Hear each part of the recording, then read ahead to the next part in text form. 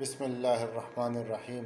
د یو واقع ده د یو سیټ د هغه سره د ملازم و یو سیټ سره ملازم ډیر په ایماندارۍ کار کو، خو اچانک یو ورځ داسې راله چې دا ملازم د خپل کار نه غیر حاضر شو.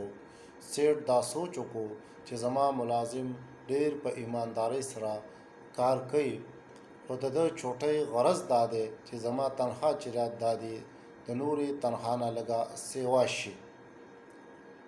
خو چې کله میاشت پوره شوه نو سیټ ولګېد د خپلې تنخوا نه لږه زیاته تنخوا دې ملازم له ورکړه. دې ملازم دا تنخوا آرام سره جیب کې کېښوه او روان شو. څه لږه موده بعد دې ملازم بیا د کار نه چوټي وکړه. سیټ ډېر غوسه شو او دا سوچ یې وکړو چې ګوره د لمبې غیر حاضري وکړه او ما وله تنخوا چې دا بړاو کړه، او که دې بیا په دې سوچ کې چې زما تنخوا چې دا نوره بړاو شي، نو لحاظه زه له تنخوا نه بړاوم. د شته تنخوا چې دا کومه ما سیوا کړې وه دا له زاړه حالت ته چې دا راولم.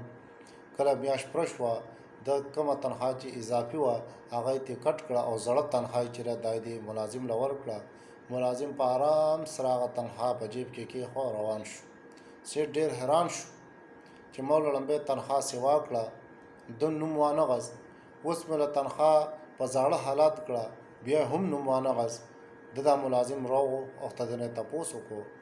ملازم ورته وویل چې ګوره لمبۍ چوټي چې ما وکړه نو په هغه ورځ په کور کې زما د ماشوم پیدایش و، او زه چې کله دکان ته رالم تا ماله تنخوا د نورې تنخوا نه زیاته راکړه، نو ما دا سوچ وکړو چې زما ماشوم د ځان سره خپل رزق چې دا دنیا ته راوړ. او کله چې ما دویمه چوټي وکړه نو په هغه ورځ زما مور چې وه هغه وفات شوې وه، خو تا ماله په هغه میاشت کې تنخوا چې دا کمه راکړه، نو ما دا سوچ وکړو چې زما مور چې کوم رزق و هغه د دنیا نه ځان سره یوړ. نو دوستانو د دې نه معلومه دا شوه چې انسان کله دنیا ته راځي نو څو سوه کاله مخکې د ده لپاره رزق چې دا دنیا ته راځي. موږ او تاسو لا پکار ده چې د حلالو د حرامو تمیز وکړو او خپل آخرت د ژوند لپاره د ښې سوچ او د ښه اخلاقو مظاهره وکړو. امید لرم دا ویډیو به د نورو ویډیوګانو په شانې ستاسو خوښه شوي. که ویډیو مې خوښه شوي بیل آیکن ضرور دباو کړئ او دا ویډیو مخې ته ډیره شیر کړئ. شکریہ.